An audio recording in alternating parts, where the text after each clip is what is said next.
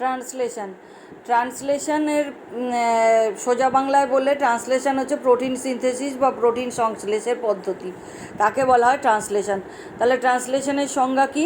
যে প্রক্রিয়ায় এমআরএনএতে অবস্থিত সংকেত কি? সংকেত হচ্ছে কোডন, যেটা ছিল ক্রোমোজোমের জিনের মধ্যে ছিল ডিএনএতে, সেটা ডিএনএ থেকে যখন এমআরএনএ তৈরি হচ্ছে তখন সেই সংকেত ট্রান্সক্রিপশন প্রসেসে ডিএনএ থেকে যখন আরএনএ বা অর্থাৎ এমআরএনএ তৈরি হচ্ছে সেই সংকেত এমআরএনএকে দিয়ে দিচ্ছে এবং এমআরএনএ সেই সংকেত বহন করে নিয়ে আসছে কোথায়? রাইবোজোমের কাছে। এবং রাইবোজোমের টিআরএনএর সাহায্যে, মানে এমআরএনএ থেকে টিআরএনএর সাহায্যে বিভিন্ন রকম অ্যামাইনো অ্যাসিডকে যুক্ত করে, মানে কোষের মধ্যে যে অ্যামাইনো অ্যাসিড পুল আছে সেখানে অ্যামাইনো অ্যাসিডকে নিয়ে এসে টিআরএনএ সঠিক অ্যামাইনো অ্যাসিডটাকে বহন করে নিয়ে এসে এমআরএনএর সংকেত অনুযায়ী সঠিক অ্যামাইনো অ্যাসিডটাকে বহন করে নিয়ে এসে যে পলিপেপটাইড বা প্রোটিন গঠন করে তাকেই বলা হচ্ছে, সেই পদ্ধতিকেই বলা হচ্ছে প্রোটিন সংশ্লেষ বা ট্রান্সলেশন। এবার কথা হচ্ছে কি ট্রান্সলেশন বলে কেন? এটা কি সেই বাংলা থেকে ইংরেজি ট্রান্সলেশন বা ইংরেজি থেকে বাংলায় ভাষান্তর করা? সেরকমই ব্যাপারটা। যেহেতু এমআরএনএতে অবস্থিত জেনেটিক কোডকে অ্যামাইনো অ্যাসিডের ভাষায় অনুবাদ করা হচ্ছে, মানে এমআরএনএতে অবস্থিত যে জেনেটিক কোড সেটাকে পড়ে টিআরএনএ ঠিক সেই ভাষায় তাকে অ্যামাইনো অ্যাসিডে অনুবাদ করছে এবং তাদের পরপর জুড়ে যেমন ট্রান্সলেশনে আমরা বাক্য বানাই, এখানে সেরকম প্রোটিন শৃঙ্খল বা পলিপেপটাইড চেন গঠিত হচ্ছে, অর্থাৎ ভাষান্তর করা হচ্ছে কোডের, জেনেটিক কোডের, তাই একে বলা হচ্ছে ট্রান্সলেশন। এবার কথা হচ্ছে ট্রান্সলেশন পদ্ধতিটা কোথায় হয়? এই যে ডট আমি গোল মতন একটা এঁকেছি ডটেড, এটা হচ্ছে নিউক্লিয়াসের মধ্যে আছে ডিএনএ দুটো তন্তু আছে দ্বিতন্ত্রী। আমি দুটোকে দুটো কালার দিয়ে এঁকেছি এই কারণে, কারণ ডিএনএ হচ্ছে সেমি কনজারভেটিভ, সবসময় একটা ধরে নাও এটা একটা সদ্য তৈরি হওয়া ডিএনএ, এইটা হচ্ছে তার পুরনো স্ট্র্যান্ড, এটা হচ্ছে তার নতুন স্ট্র্যান্ড। এখান থেকে ট্রান্সক্রিপশন পদ্ধতিতে তৈরি হবে হচ্ছে এমআরএনএ। যেই এমআরএনএ তৈরি হলো, এমআরএনএ কিন্তু এই নিউক্লিয় পর্দার যে রন্ধ্রগুলো আছে সেটা দিয়ে চলে আসবে কোষের সাইটোপ্লাজমে ঠিক নিউক্লিয়াসকে ঘিরে, নিউক্লিয়াস থেকেই আরম্ভ হয় এরকম জালকাকার গঠন কোষের, যেটা হচ্ছে এন্ডোপ্লাজমিক রেটিকুলাম বা এন্ডোপ্লাজমীয় জালিকা। সেই এন্ডোপ্লাজমিক রেটিকুলামের গায়ে এরকম দানা দানা গুটি গুটি জিনিস দেখতে পাওয়া যায়, যেগুলো হচ্ছে কি রাইবোজোম। এবং এই রাইবোজোমের এন্ডোপ্লাজমিক রেটিকুলামের গায়ে যখন রাইবোজোম যুক্ত থাকে, তোমরা জানো তাকে আমরা বলি আরইআর, অর্থাৎ রাফ ইয়ার, মানে দেখতে এটাকে অমসৃণ লাগে। আর যার গায়ে রাইবোজোম যুক্ত থাকে না সেটা হচ্ছে এসইআর, অর্থাৎ স্মুথ ইয়ার। সেটা আমাদের এখানে দরকার নেই, আমাদের এখানে আরইআরটাই দরকার, কারণ আমাদের রাইবোজোমে এমআরএনএ যাবে, গিয়ে সেখানে প্রোটিন তৈরি করা শুরু করবে, কারণ রাইবোজোমই হচ্ছে সেই জায়গা যেখানে প্রোটিন তৈরি হয়, যে কারণে রাইবোজোমকে কোষের প্রোটিন ফ্যাক্টরি বলা হয়। রাইবোজোমের গঠন তোমরা আগের ক্লাসে পড়েছো। আচ্ছা, তাহলে প্রয়োজনীয় উপাদানগুলো কী কী প্রোটিন সংশ্লেষের জন্য? প্রথমেই দরকার একটি এমআরএনএ, 5' থেকে 3' এন্ডের একটি আস্ত এমআরএনএ। আচ্ছা, এছাড়া দরকার রাইবোজোম, যেহেতু প্রোক্যারিওটিক কোষের ক্ষেত্রেই ট্রান্সলেশন তোমাদের সিলেবাসে আছে, সেই জন্য এক্ষেত্রে রাইবোজোমটা হচ্ছে 70S, যার দুটো অধঃএকক, একটা হচ্ছে 50S, একটা হচ্ছে 30S। এবার এই 30S অধঃএককের আবার অনেক ছোট ছোট ভাগ থাকে, যেমন একটা ভাগ হচ্ছে 16S, ঠিক আছে? তো এই যে এটা একটা মানে অধঃএকক, বড় 50S অধঃএকক, এর তিনটে জায়গা থাকে, একটা হচ্ছে এ সাইট, একটা হচ্ছে পি সাইট, একটা হচ্ছে ই সাইট। এ সাইটটাকে বলা হচ্ছে অ্যামাইনো অ্যাসাইল সাইট, বা চলতি কথায় আমরা বোঝার সুবিধার জন্য বলতে পারি অ্যাক্টিভেটর সাইট, অর্থাৎ এখানে প্রথম টিআরএনএ আসে। পি সাইটকে বলা হয় প্রোমোটার সাইট, অর্থাৎ মূল কাজটা প্রোটিন অ্যামাইনো অ্যাসিড যুক্ত হয়ে পেপটাইড চেন দিয়ে পরপর অ্যামাইনো অ্যাসিড যুক্ত হয়ে প্রোটিন শৃঙ্খল তৈরির কাজটা এখানে শুরু হয়। পেপটাইড চেন দিয়ে এখানে অ্যামাইনো অ্যাসিডগুলো যুক্ত হয়, সেই জন্য একে বলা হয় পেপটাইডাল সাইট। এবার পরের সাইটটা হচ্ছে ই সাইট বা এক্সিট সাইট, মানে এখান থেকে খালি টিআরএনএগুলো বাইরে চলে যায়। একইভাবে এটা একটা 30S, মানে ছোট অধঃএককটা, এর দুটো সাইট, একটা এ সাইট, একটা পি সাইট।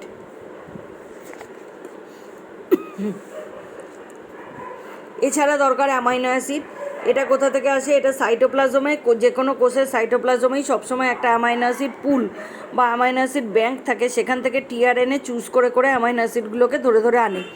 এবার কোষের সাইটোপ্লাজমে অ্যামাইনো অ্যাসিডটা আসে কোথা থেকে? এটা একটা বড় প্রশ্ন। আমরা তো বিভিন্ন ধরনের খাবার খাই, খাবার সেরকমভাবে মানে এখানে মাইক্রো অর্গানিজম বা প্রোক্যারিওটদের নিয়ে কথা হচ্ছে, তারাও বিভিন্ন রকম খাদ্য খায় তাদের দেহকে বাঁচিয়ে রাখার জন্য। সেই খাবারের মধ্যে যে প্রোটিনগুলো থাকে সেগুলো কি হয়, কোষের প্রোটিনটা কোষের মধ্যে ঢুকে ডাইজেশন পদ্ধতিতে ভেঙে যায়। প্রোটিনের সবথেকে ছোটো একক হচ্ছে অ্যামাইনো অ্যাসিড।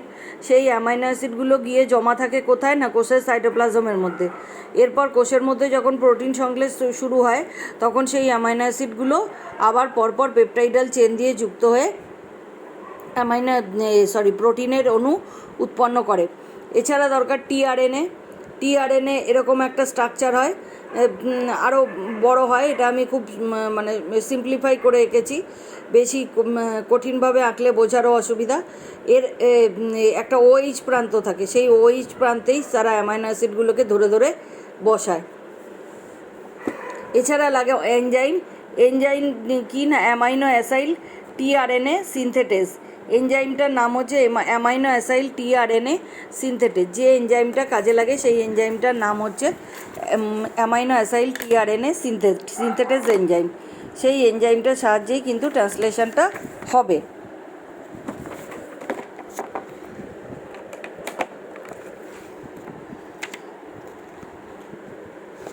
এছাড়া লাগে বিভিন্ন ফ্যাক্টরগুলো হচ্ছে 3 রকমের থাকছে। ইনিশিয়েশন ফ্যাক্টর হচ্ছে I for initiation, F for factor, IF1, IF2, IF3। Elongation factor মানে যেটা চেনটাকে, পলিপেপটাইডের চেনটাকে লম্বা করবে পরপর অ্যামাইনো অ্যাসিড পেপটাইডাল বন্ড দিয়ে জুড়ে জুড়ে বা পেপটাইড বন্ধনী দিয়ে জুড়ে জুড়ে। E for elongation, F for factor, EFTU, EFTS and EFG। Termination factor মানে যে ওই প্রোটিনের চেনটার আর বড় হওয়াকে বন্ধ করবে, অর্থাৎ প্রসেসটাকে সেখানে শেষ করবে। RF1, RF2, RF3। শক্তি লাগে এটিপি ও জিটিপি, অ্যাডিনোসিন ট্রাইফসফেট ও গুয়ানোসিন ট্রাইফসফেট, এই 2 রকমের শক্তি এখানে ব্যবহার হয়। তা প্রথমে যেটা করতে হবে সেটা হচ্ছে অ্যামাইনো অ্যাসিডকে সক্রিয় করতে হবে। এরকম কোষের সাইটোপ্লাজমে বহু অ্যামাইনো অ্যাসিড থাকে। সব অ্যামাইনো অ্যাসিডই যে সবসময় প্রোটিন তৈরির জন্য ছুটছে তা তো নয়। যখন প্রোটিন কোষের মধ্যে তৈরি হতে শুরু হবে, তার আগে অ্যামাইনো অ্যাসিডটাকে সক্রিয় করতে হবে। সেক্ষেত্রে যে এনজাইমটা এক্ষেত্রে প্রথমে লাগে সেটা হচ্ছে অ্যামাইনো অ্যাসাইল টিআরএনএ সিনথেটেজ। সেটাকে দেখতে এরকম আধ খাওয়া একটা চাঁদের মতন। সে কি করে, প্রথমেই তার সাথে এটিপিকে যুক্ত করে নেয়, শক্তি পেয়ে যায়, চার্জড হয়ে যায়। তারপরে সে কি করে, গিয়ে ধরে হচ্ছে এই অ্যামাইনো অ্যাসিডকে। ধরলে তখন স্ট্রাকচারটা হয় এরকম, প্রথমে এটিপি তার সঙ্গে যুক্ত হয়েছে, তারপরে তার সাথে এখানে সে অ্যামাইনো অ্যাসিডকে বেশ খাপ মতন নিজের মধ্যে এরকম একটা গোলাকার খাঁজ সে বানিয়ে রেখেছিল, সেখানে ধরে বসিয়ে নিয়েছে। এই রকম একটা স্ট্রাকচার হচ্ছে। এবার যখনই সে অ্যামাইনো অ্যাসিডকে পেয়ে গেল, তখন সে সক্রিয় হয়ে গেল, তখন সে কী করলো, এটিপি কী করলো, 2টো ফসফেটকে তার থেকে বাদ দিয়ে দিল, অজৈব ফসফেটকে কেটে বাদ দিয়ে দিল, একটা ফসফেট যুক্ত আছে, অর্থাৎ তখন সে আর এটিপি না, তখন সে কী হয়ে যাচ্ছে, সে হয়ে যাচ্ছে AMP, অর্থাৎ অ্যাডিনোসিন মোনোফসফেট। এবার এ তো গেল। এবার হচ্ছে টিআরএনএ কী করে এবার চার্জ হবে। এবার এই এরকম একটা টিআরএনএ থাকছে, এর একটা 3' এন্ড একটা 5' এন্ড। স্পেসিফিক টিআরএনএ মানে কোন অ্যামাইনো অ্যাসিড কোন টিআরএনএর সাথে যুক্ত হবে সেটা কিন্তু একদম নির্দিষ্ট। এবার কি হচ্ছে, এই যে সক্রিয় অ্যামাইনো অ্যাসিডটা রয়েছে এখানে বসে, সক্রিয় অ্যামাইনো অ্যাসিডটার কাছে আসবে হচ্ছে এই টিআরএনএ এসে কি করবে, এই সক্রিয় অ্যামাইনো অ্যাসিডের মধ্যে থেকে এই এটাকে মানে অ্যামাইনো অ্যাসিড টিআরএনএ সিনথেসের মধ্যে থেকে অ্যামাইনো অ্যাসিডটাকে ছিনিয়ে নিয়ে নেবে, সক্রিয় অ্যামাইনো অ্যাসিডটাকে নিয়ে নিজের 3' এন্ডে এটাকে গেঁথে নেবে। আর এটার আর কোনো তখন অস্তিত্ব থাকবে না, এটা তখন আলাদা হয়ে যাচ্ছে। এবং আমরা জানি যে উৎসেচক বিক্রিয়ার পরে অপরিবর্তিত থাকে, এ কিন্তু অপরিবর্তিতভাবেই কোষের সাইটোপ্লাজমে থেকে গেল, AMPও এর থেকে আলাদা হয়ে গেল। তখন এ তৈরি করলো চার্জ টিআরএনএ মলিকিউল। কী হলো, tRNA amino acid plus AMP যুক্ত হয়ে তৈরি হয়ে গেল চার্জ টিআরএনএ সিনথেটেজ। টিআরএনএর সঙ্গে প্রথমে যে অ্যামাইনো অ্যাসিডটি যুক্ত হবে একদম প্রোটিন সিনথেসিসের ইনিশিয়েশনের সময়, সেটা হচ্ছে মিথায়োনিন। মানে যে কোনো প্রোটিনই তৈরি হোক না কেন, ফার্স্ট অ্যামাইনো অ্যাসিডটা হতে হবে মিথায়োনিন ইউক্যারিওটের ক্ষেত্রে। কিন্তু আর প্রোক্যারিওটদের ক্ষেত্রে একটু আলাদা, সেটা হচ্ছে এন ফরমাইল মিথায়োনিন। ইউক্যারিওটদের ক্ষেত্রে শুধু মিথায়োনিন, আর প্রোক্যারিওটদের ক্ষেত্রে এন ফরমাইল মিথায়োনিন। তাহলে যেটাকে এফ মেট বলা হয়। তাহলে চার্জ টিআরএনএ দু প্রকার হতে পারে। একটা হচ্ছে টিআরএনএ মেট, মানে টিআরএনএ যখন মিথায়োনিনকে যুক্ত করেছে নিজের 3' এন্ডে, আর একটা হচ্ছে টিআরএনএ এফ মেট, যে যখন 3' টিআরএনএ যখন তার 3' এফ মেট অর্থাৎ ফরমাইল মিথায়োনিনকে এন ফরমাইল মিথায়োনিনকে যুক্ত করেছে। আমরা এক্ষেত্রে প্রোক্যারিওটের ক্ষেত্রে প্রোটিন সংশ্লেষ নিয়ে কথা বলছি, যেহেতু এটা আমাদের সিলেবাসে আছে, তাই জন্য এক্ষেত্রে আমাদের কাছে এফ মেট, টিআরএনএ এফ মেটটাই আলোচ্য আমাদের ক্ষেত্রে। এবার আসছে সাইন ডালগার্নো সিকোয়েন্স। এটা কি জিনিস? এটা হচ্ছে প্রোটিন তৈরির একটা অত্যন্ত গুরুত্বপূর্ণ অংশ। এটা হচ্ছে এই যে প্রোটিন তৈরি হবে এমআরএনএ থেকে, এমআরএনএর মধ্যে একটা ইনিশিয়েশন পয়েন্ট থাকে, যেখানে একটা স্টার্ট পয়েন্ট, যেখানে প্রথম অ্যামাইনো অ্যাসিডের একটা যে কোড থাকে, যেটা হচ্ছে AUG স্টার্ট কোড। এবার এই স্টার্ট কোডের আপস্ট্রিম, আমরা এর আগেও যখন ট্রান্সক্রিপশন পড়েছিলাম জেনেছিলাম আপস্ট্রিম হচ্ছে যেদিকে সংশ্লেষ হয় না কোনো তন্তু, যখন সেটা যাই হোক না কেন, আরএনএই হোক প্রোটিনই হোক যাই হোক, যেদিকে সংশ্লেষ যায় না, স্ট্যান্ড যেদিকে এগোয় না, সেটা হচ্ছে আপস্ট্রিম, অর্থাৎ নদীর জলের বিপরীত দিক, নদীর মানে গতিপথের বিপরীত দিক। আর ডাউনস্ট্রিম হচ্ছে যেদিকে এগোয়, অর্থাৎ সেটা হচ্ছে গতিপথের দিক। এবার এই আপস্ট্রিমে একটা সাত বেস পেয়ার, আপস্ট্রিমে একটা কোড মানে বেস পেয়ার থাকে এইরকম AGG বলে, ঠিক আছে। এবার এই AGG যে জায়গাটাতে থাকে, তার বিপরীত বেস পেয়ার থাকে কোথায়? এই যে 16S সাব ইউনিট, 30S মানে ছোট অধঃএককের মধ্যে আবার যে ছোট সাব ইউনিট থাকে 16S সাব ইউনিট, এর মধ্যে থাকে হচ্ছে rRNA অর্থাৎ রাইবোজোমাল আরএনএ। রাইবোজোমের মধ্যে কিন্তু আগে থেকেই কিছু rRNA আছে, তার সেই rRNAতে ঠিক এই কোডনের বিপরীত অ্যান্টিকোডন। দেখো, এর বদলে ইউ, জির বদলে সি, জির বদলে সি, এর বদলে ইউ, জির বদলে সি, জির বদলে সি, অর্থাৎ ইউসিসি একটা কোডন থাকে। এটা হচ্ছে 3' to 5' এন্ডে। এই জায়গাটা পরে যদি ইউজি থাকে, এই জায়গা থেকেই কিন্তু প্রোটিন তৈরিটা শুরু হয়। তাই এই আবিষ্কারকদের নাম অনুসারে একে বলা হচ্ছে সাইন ডালগার্নো সিকোয়েন্স। এই যে জেনেটিক কোড বা সিকোয়েন্স, এটাকে বলা হচ্ছে সাইন ডালগার্নো সিকোয়েন্স। এবার আসছে ইনিশিয়েশন, মানে শুরু হচ্ছে, প্রোটিন তৈরি হওয়া শুরু হচ্ছে। এই যে এইখানে এসে প্রথমে বসবে হচ্ছে ছোট অধঃএককটা, রাইবোজোমের যে ছোট অধঃএকক অর্থাৎ 30S, সে প্রথমে এখানে এসে বসবে। এর এদিকে IF1 যুক্ত হবে, এদিকে IF3 যুক্ত হবে। আর এর যে একটা এই যে প্রোমোটার সাইট, এটা হচ্ছে অর্থাৎ এটা হচ্ছে পেপটাইডাল সাইট, এটা হচ্ছে অ্যামাইনোসাইল সাইট বা অ্যাক্টিভেটার সাইট আর প্রোমোটার সাইট।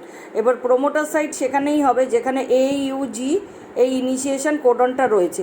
প্রথম টিআরএনএটা আসবে, এসে প্রথমে কিন্তু সে এখানে বসবে না, একমাত্র প্রথমটার ক্ষেত্রেই, বাদবাকি সবের ক্ষেত্রেই সে কিন্তু এতে বসবে।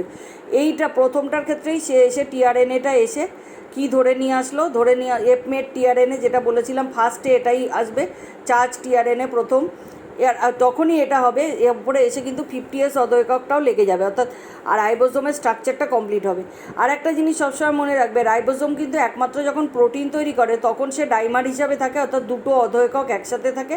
বাদবাকি যখন অন্য সময় সে প্রোটিন তৈরি করছে না, তখন কিন্তু সবসময় দুটো অধঃএকক আলাদা থাকে, কখনও সে ডাইমার হিসাবে থাকে না, তখন সে মোনোমার হিসাবে থাকে।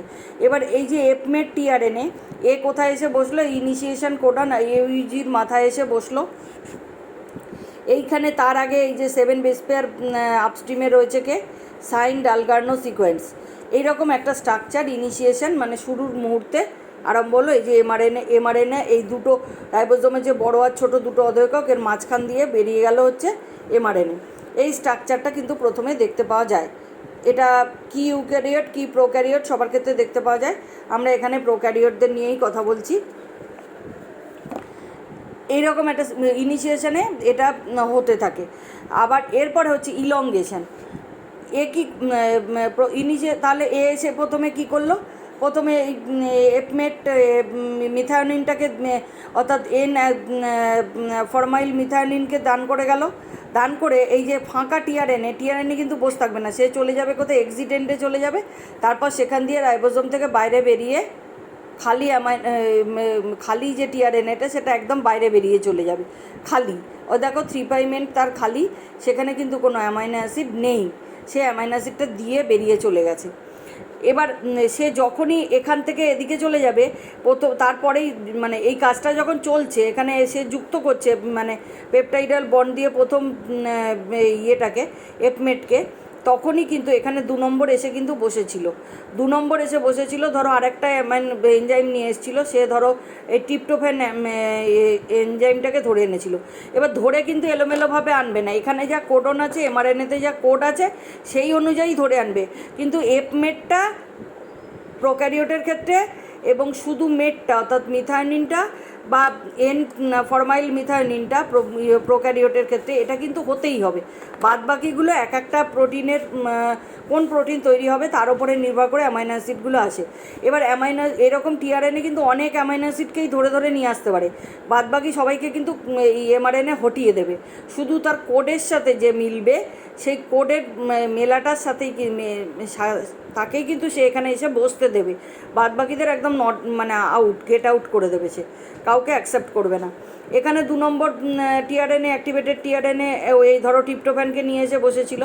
এবার যেই এ বেরিয়ে যাচ্ছে, এ তখন এ সাইড থেকে এই পি সাইডে এখানে এসে বসছে। অথবা আরেকটা অন্যভাবে বলতে পারি, এক্ষেত্রে কি হয় মানে এটা এদিকে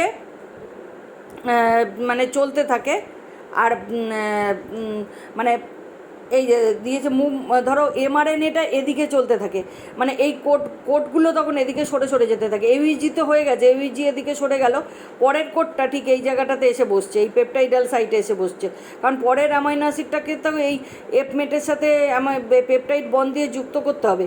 তাই জন্য এমআরএনএটা এদিকে চলছে, আর রাইবোজোমটা একই সাথে এদিকে সরে সরে যাচ্ছে। মনে হচ্ছে যেন সুতোর মতো এমআরএনএটাকে কেউ টেনে টেনে এদিকে নিয়ে যাচ্ছে, বা রাইবোজোমটাকে ঠেলে ঠেলে এদিকে সরিয়ে দিচ্ছে। তা এই যে খালি হয়ে বেরিয়ে গেল, তাহলে ও কার কাছে দিয়ে গেল, এপমেটটাকে, ওই যে ফরমাইল মিথায়োনিনকেও কার কাছে দিয়ে গেল, ও দিয়ে গেল তার পরের যে টিআরএনএ, সে ট্রিপ্টোফ্যান বহন করে এনেছে, তার ঘাড়ের ওপরে ও চাপিয়ে দিয়ে গেল। সঙ্গে সঙ্গে কী করলো, এই পেপটাইডাল সাইট কী করলো, ইয়ে দিয়ে পলিপেপটাইড বন্ড দিয়ে, পেপটাইডাল বন্ড দিয়ে কী করলো, এদেরকে যুক্ত করে দিল। এই যে মালাগাথা আরম্ভ হয়ে গেছে, ঠিক আছে। এবার একইভাবে 2 নম্বরও এইখানে চলে যাচ্ছে, এক্সিট সাইটে চলে যাবে, যেহেতু ওর কাজ কমপ্লিট হয়ে গেছে। তারপরে একসময় বেরিয়ে যাবে কোষ থেকে, খালি হাতে বেরিয়ে চলে যাবে। আবার 3 নম্বর ততক্ষণে এখানে এসে যাবে। 3 নম্বর ধরো আইসোলিউসিন নিয়ে এসছে, আইসো লিখেছি। 3 নম্বর একইভাবে এখানে এলো, কোড অনুযায়ী পড়লো। ততক্ষণে আবার এমআরএনএটা এদিকে সরে গেছে, এটাকে নিয়ে এদিকে সরে এসেছে, এই জায়গায় এসে বসিয়ে দিয়েছে। এখানে কিন্তু আর তখন এইউজি নেই, তখন কিন্তু এখানে একে রিড করার জন্য কোনো কোডন আছে। তারপরেই কি করবে, এই 3 নম্বর কি করবে, একইভাবে এই যে এই 2 নম্বর যে যে মধ্যে কী ছিল, ট্রিপ্টোফ্যান আর এপমেট, এ কী করবে, এর এই টোটাল বোঝাটাকে, দুটো বোঝাকে এই আইসোলিউশনের ঘাড়ে চাপিয়ে দেবে, চাপিয়ে দিয়ে তাড়াতাড়ি করে পালিয়ে যাবে। তখন ব্যাপারটা কীরকম হবে, প্রথমে আইসোলিউশন, তারপর ট্রিপ্টোফ্যান, মানে এদিক থেকে দেখলে, নিচের দিক থেকে দেখলে প্রথমে আইসোলিউশন, তারপর ট্রিপ্টোফ্যান, তারপরে এপমেট, এরকম করে 3টে হয়ে গেল, 3টেই পরস্পর পেপটাইড বন্ড দিয়ে জুড়ে গেল। এইভাবে কিন্তু চেনটা ক্রমশ বাড়তে থাকে, মানে ওয়ে অফ রাইবোজোম মুভ। এইদিকে রাইবোজোমটা মুভ করবে, এদিকে এমআরএনএটা মুভ করবে, প্রোটিনটাও এই দিক দিয়েই তৈরি হয়ে বেরোতে থাকবে, মানে প্রোটিনের চেনটা, পলিপেপটাইড যে চেনটা, এইটা হচ্ছে মানে ইলংগেশন বলা হচ্ছে। এর পরের যে স্টেপটা সেটা হচ্ছে মানে টার্মিনেশন, মানে শেষ হয়ে যাচ্ছে প্রোটিন সিনথেসিসটা। এই যে 1 নম্বর বেরিয়ে গেছে, 2 নম্বর বেরোনোর রাস্তায় রয়েছে, 3 নম্বর এখানে এসছে। এই যে দেখো বলেছিলাম আইসোলিউশন, টিপসিন, এপমেট। এবার এটা অনেক লম্বা হতে পারে, আমরা এখানে তো অত মানেক্ষণ ধরে এটা আলোচনা করব না। তারপরে যখনই দেখবে টার্মিনেশন এইভাবেই যখন এমআরএনএ এগোতে থাকবে, এগোতে এগোতে একসময় এমআরএনএতে যখনই ইউএএ কোডটা চলে আসবে, অথবা ইউজিএজি অথবা ইউজিএ স্টপ কোডনটা চলে আসবে, স্টপ কোডনটা চলে আসবে, তখনই কি হবে, এখানে এই অ্যাক্টিভেট মানে অ্যামাইনো অ্যাসিড সাইটে একটা আরএফ মানে হচ্ছে রিলিজ ফ্যাক্টর এসে, এরকম গোদা একটা রিলিজ ফ্যাক্টর এসে এখানে বসে যাবে। মানে দেখি আর কি করে এগোতে পারিস। এবার এই রিলিজ ফ্যাক্টর যেই বসে যাবে, তার যতই অ্যাক্টিভেটেড টিআরএনএ এরপরে এই অ্যামাইনো অ্যাসিডকে বয়ে বয়ে ধরে এখানে আনুক না কেন, কেউ কিন্তু এখানে এসে বসতে পারবে না, কেননা এখানে আগে থেকেই আরএফ জায়গা দখল করে একদম গ্যাট হয়ে বসে রয়েছে। ফলে তারা ফিরে চলে যাবে এবং অ্যামাইনো অ্যাসিডটা মানে প্রোটিন তৈরিটা অর্থাৎ পেপটাইড চেনটা এখানেই কিন্তু স্টপ হয়ে যাবে। এইভাবে মানে প্রোটিনটা তৈরি হতে থাকে। এটা তোমরা বইয়ের থেকেও পড়ে নেবে। আমি অত্যন্ত মানে একটা সহজ কিছু ডায়াগ্রামের মাধ্যমে এটা বোঝাতে চেষ্টা করলাম, কারণ অতিরিক্ত বইয়েতে অনেক কথা লেখা আছে যেগুলো অতিরিক্ত, সেগুলো পড়ে তোমরা বুঝতে পারলে অবশ্যই পড়বে, কিন্তু প্রথমে এটা থেকে পড়ে বোঝার চেষ্টা করবে, শেখার চেষ্টা করবে, তাতে তোমাদের বুঝতে ব্যাপারটা সুবিধা হবে। আর যে ফিগারগুলো দিয়ে আমি তোমাদের ডায়াগ্রামগুলো দিয়ে খাতায় আঁকা তোমাদের পড়াটা বোঝালাম, আমি এটাও একটা পিডিএফ করে স্ক্যান করে পিডিএফ করে তোমাদের পাঠিয়ে দিচ্ছি, সেটা তোমরা পাশে রেখে ভিডিওটা চালিয়ে বোঝার চেষ্টা করবে। আশা করি প্রোটিন সিনথেসিসটা তোমরা বুঝে নিতে পারবে।